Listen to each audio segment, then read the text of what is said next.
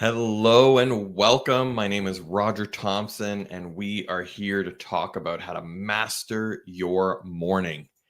To kick things off, I want to share with you that this is going to be a very short workshop, action packed, where I'm going to share with you some very specific tips and techniques to get the most out of your day by mastering your morning. And there's no better way to start off a talk about mastering your morning than to show you this phenomenal video. Listen now. If you want to change the world, start off by making your bed.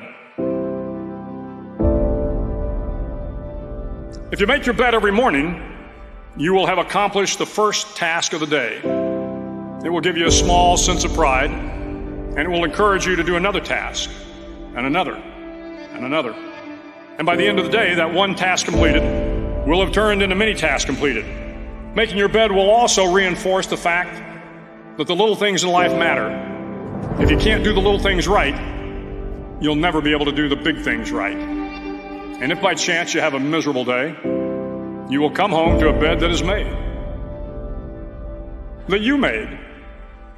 And a made bed gives you encouragement that tomorrow will be better.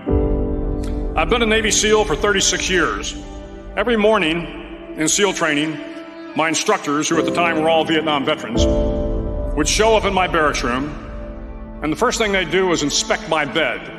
If you did it right, the corners would be square, the covers would be pulled tight, the pillow centered just under the headboard, and the extra blanket folded neatly at the foot of the rack. It was a simple task, mundane at best, but every morning we were required to make our bed to perfection. It seemed a little ridiculous at the time, particularly in light of the fact that we were aspiring to be real warriors, tough, battle-hardened SEALs. But the wisdom of this simple act has been proven to me many times over. It matters not whether you ever served a day in uniform. It matters not your gender, your ethnic or religious background, your orientation, or your social status. Our struggles in this world are similar, and the lessons to overcome those struggles and to move forward, changing ourselves and changing the world around us, will apply equally to all. If you think it's hard to change the lives of 10 people, change their lives forever, you're wrong. I saw it happen every day in Iraq and Afghanistan. But changing the world can happen anywhere, and anyone can do it. So what starts here can indeed change the world. You will likely fail often. It will be painful. It will be discouraging. At times, it will test you to your very core.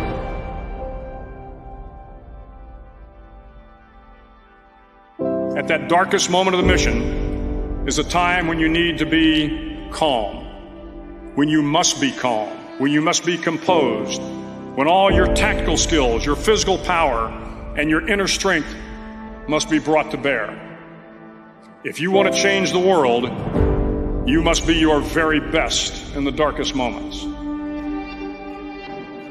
If I have learned anything in my time traveling the world, it is the power of hope.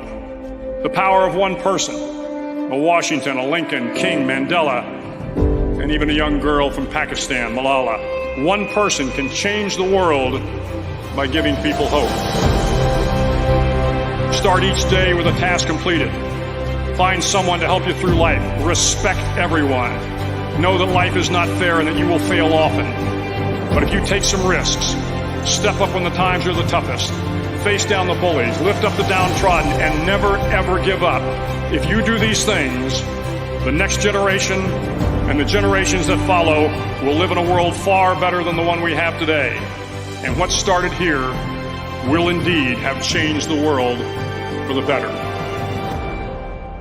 Finally, in SEAL training, there's a bell. A brass bell that hangs in the center of the compound for all the students to see. All you have to do to quit is ring the bell.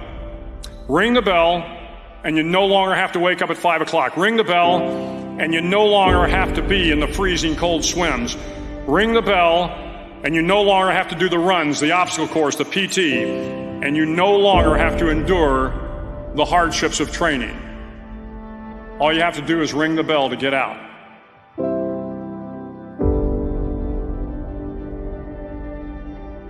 If you want to change the world,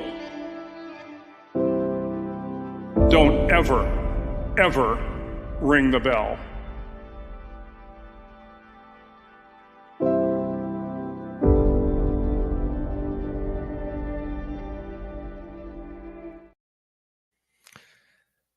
Well, I don't know how I'm going to top that video. If you're still with me here, I don't know if that video gave you goosebumps like it did for me. I've seen that video, gosh, countless of times. And, watching it again here with you, it makes me think that maybe that would be a great alarm or something to kind of have in the morning as a reminder. It's so motivational. But let's get into the meat of the session today. So let me just click through. I've got a couple of slides for you here. So, it goes without saying, and you heard it from that video, the power of a productive morning really sets the stage for a productive and successful day. And, that idea of making your bed and that kind of small micro habit to get that quick win, to really show some success early, is really proven to be beneficial to the outcomes of your entire day. And I'll share with you a research paper in a moment. So really the key is that you want to develop the right habits in the morning, and you want to apply them consistently, even on those bad days where you're tired, or there's a lot going on and you just want to kind of crawl up in bed and delay facing the world for another 5 or 10 minutes. The key is consistency. And really that's what I want to talk about with you here today. So here's the thing about the science about our morning routine. For those of you that don't know, I am also a researcher, and I do read the scientific literature, that very boring stuff that most people do not actually read. And there was this phenomenal paper about this idea of dopamine. We hear about dopamine a lot, especially with social media. We get dopamine hits. They make us feel good.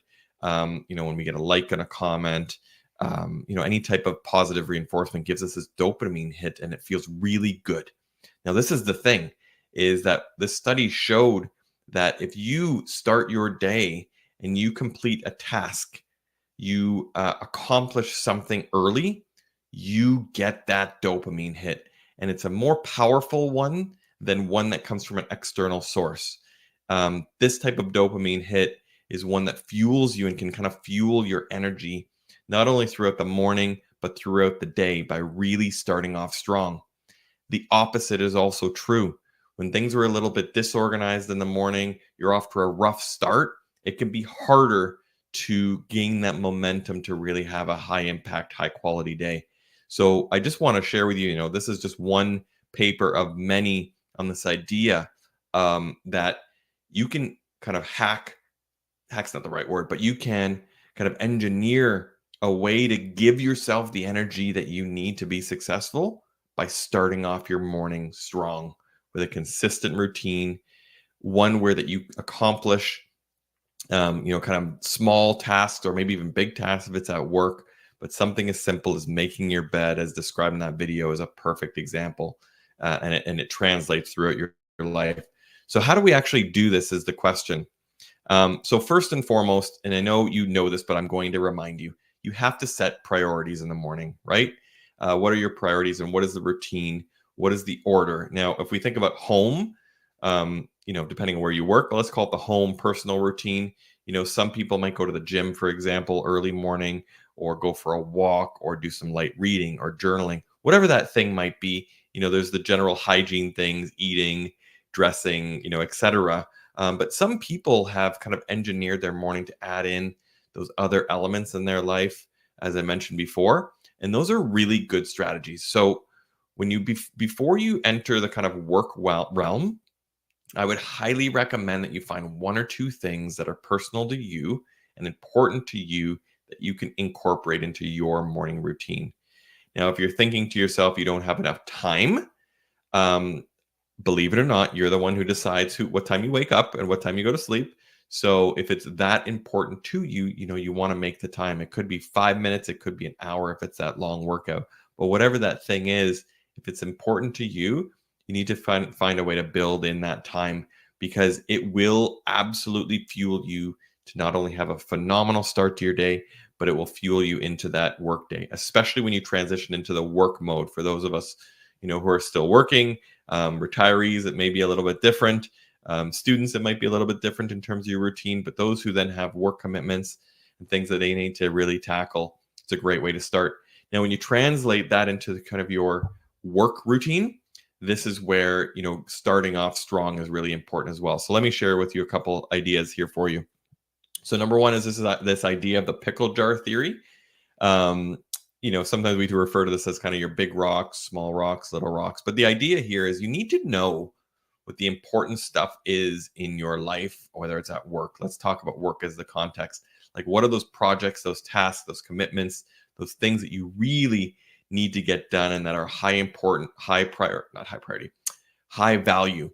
Not necessarily the most urgent things, but the high value things. If you can identify those things, it's really powerful to actually tackle them in the morning. Really powerful. So you can think about this. You start your morning off personally really strong. You've kind of knocked out that thing that you do that's important to you. It's that workout. It's that reading time. It's that walk. Whatever it is that is valuable for you. You've gotten that done. You are already on the road to a great day. You get to work. If you know what high priority things are on your plate to get done and you've pre-planned them, the momentum will carry and it will compound as the day progresses. So let me just share with you a couple ideas around the pickle jar theory and then a way to kind of systematize this, kind of before the day, like end of day, and then obviously to get your morning off to a great start. So, some of these ideas are prioritizing your tasks, making sure you have commitments, you're scheduling time for it, particularly in the morning. And you also do remain somewhat flexible to the, externalities in life that do come up, right? So this is the basic idea of the pickle jar theory. Know your priorities and plan to do those first. So let's just move on here. Okay, so what do we do? Believe it or not, your morning and the success of your morning actually starts the day before. Maybe even the week or the month of the year before, but let's just talk about the day before. So here are some tricks for you to do, some tips for you to implement in your life. So end of day review. And when I say end of day, you could think of that as your end of your work day or end of your, kind of full day, which might go into your personal life. Up to you to decide, which point in time to do this. But let's just use the work context. So your end of your work day, you want to carve out some time to do these 4 things. Number 1, reflect on your wins for the day. We often don't celebrate the successes. Celebrate the successes for yourself. Feel proud of your accomplishments. Reflect on those wins. Prioritize your top tasks for tomorrow. So you might already have a plan for tomorrow set, and that's great. You want to evaluate those, make sure that they're still aligned, and make the necessary adjustments with a particular focus on how you're going to start the day. Number 3, organize your workspace. This is really important and also why I wanted to show you that video. The idea of being organized, your bed also translates to your work environment, your desk, your filing system, things of that nature. So organize your workspace, leave it clean so that the next day when you start, you are starting off in a clean, organized environment. And then set intentions and visualize. Think about the next day as being one that's going to be very powerful, successful, and high impact. Have those positive affirmations for yourself. So you can imagine, like what I've just described here, these 4 steps could take you 5 minutes. It could literally take you 5 minutes. It could take you more if you're just getting started. And you may have to reorganize your office as an example. That's fine. But these little things can have a tremendous impact. So if you do that end of day review, then your morning routine is one that's going to be really set up for success. You're going to have your wake up time, right? You're going to set that time to ensure that it, aligns with your natural body rhythm. Some people like to wake up really early, others not so much. You might want to think about a journaling session. And when I say journaling session, it could be anything for you that's kind of mindful, that's not straight into like go mode. You want to have a little bit of a warm up before you go into go mode. Journaling, reading, doing some type of light activity, non-physical, can be very, very powerful. Move your body. Enough of us don't do this, but that daily exercise and doing it in the morning, whether it be for 5 minutes or 60, do something that moves your body, stretching, walking, exercising, get that into your routine as much as you can. And then of course, review your goals, review your plan for the day. So if you think about that, right, your wake up time, You'll have a bunch of things that you're going to do, but get in that, I'll call it journaling session or mindfulness session, get in that movement session of some sort, and then review your goals for the day so that you can really hit the ground running. So what are the challenges with this? The challenges are, number one, hitting snooze too often. I know some of you love to hit snooze.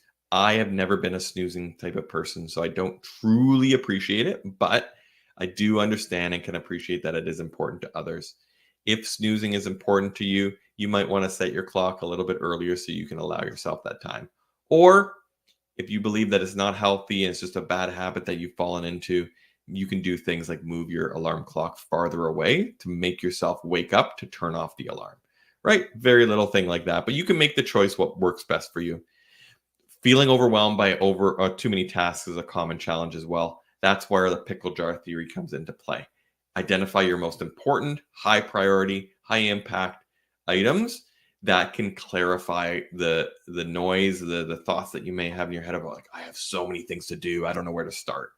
Going through that process of identifying the top few, 1, 2, or 3, and really having those front of mind, having a plan of when you're going to tackle them can absolutely calm that overwhelmed feeling. And last but not least that I wanted to share is an inconsistent routine. Honestly, consistency is critical. I think we all know what it's like when we have that consistent routine and that rhythm and how things are flowing. And then when things get thrown off for some reason, you get sick, you stay up really late the night before. So you're very tired in the morning, other things can come into play that might throw off your routine and how that kind of sets your day not necessarily off to the best start. So consistency in your routine is key. So just identify, particularly when you start to fall out of your routine and going into those, maybe not so healthy habits, and try to bring yourself back as quickly as possible. So anyhow, that is the really the essence of this workshop, is mastering your morning. To set the stage, that amazing video at the beginning to really give you that context, and that the fact is that your morning really gets started the day before with your end of day routine, having a clear plan that's consistent, and really just taking your ability to accomplish your goals to the next level.